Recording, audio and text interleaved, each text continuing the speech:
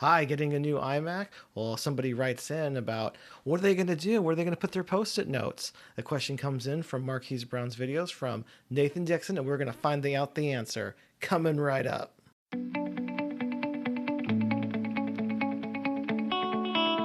Hi, everybody. I'm Jason. I help people overcome their tech with tips, tools, and products. If you like this channel, please like, subscribe, and hit that bell notification. And don't forget, in the description below will be some cheap deals on the new M1 Max. So don't forget to click those links and grab your M1 Max while they're hot.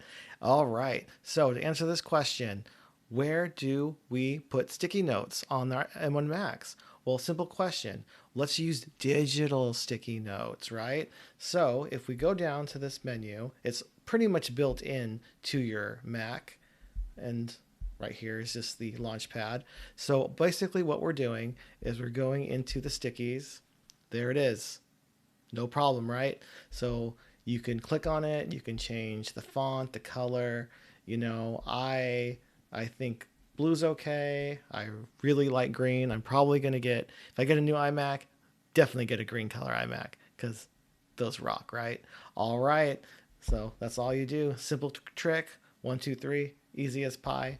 Also cool is once you delete, let's say you quit the stickies, and now once you go back into the stickies, it's right there. So simple, easy, it's great.